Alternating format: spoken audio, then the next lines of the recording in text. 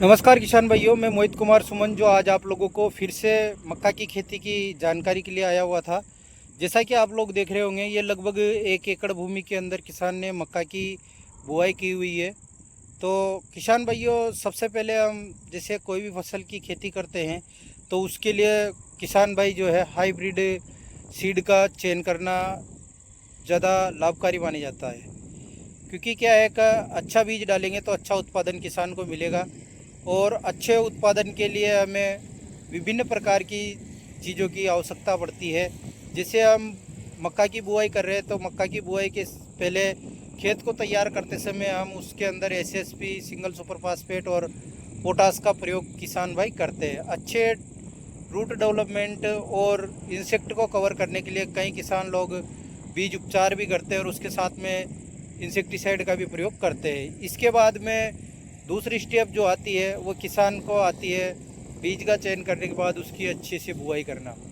बुआई करने के पश्चात जैसे लगभग 8 से 15 दिन के अंतराल में जब मक्का की फसल भूमि से निकलकर बड़ी होती है और उसके साथ साथ में कई प्रकार के जो चुनिंदा खरपतवार उसके साथ में बाहर आते हैं, तो उस समय उसका 18 से 25 दिन के अंतराल में उसका नियंत्रण करना भी ज़रूरी होता है। मक्का की खरपतवार को नियंत्रण करने के लिए मार्केट के अंदर विभिन्न प्रकार के खरपतवार नाशक दवाओं का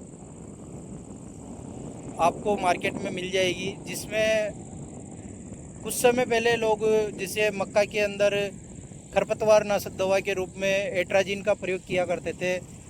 बढ़ती हुई टेक्नोलॉजी और पद्धति के अनुसार अब किसान भाइयों को एट्राजिन के अलावा भी और भी काफ़ी सारे साधन जो है खरपतवार नियंत्रण के लिए मार्केट के अंदर मिल जाते हैं। जैसे टेम्बो ट्रेन टेक्निकल आता है जो लोडिस के नाम से मिल जाएगा, और भी अदर कंपनियों का काफ़ी अलग अलग ब्रांड नेम से मिल जाएगा। उसका प्रयोग करने से भी किसान अपनी मक्का की फसल को खरपतवार से मुक्त कर लेता है। इसके बाद में आप लोगों को बताना चाहूँगा किसान भाइयों, मक्का की फसल के अंदर अधिक उत्पादन लेने के लिए हमें विभिन्न प्रकार की चीज़ों का ध्यान रखना बेहद ज़रूरी है।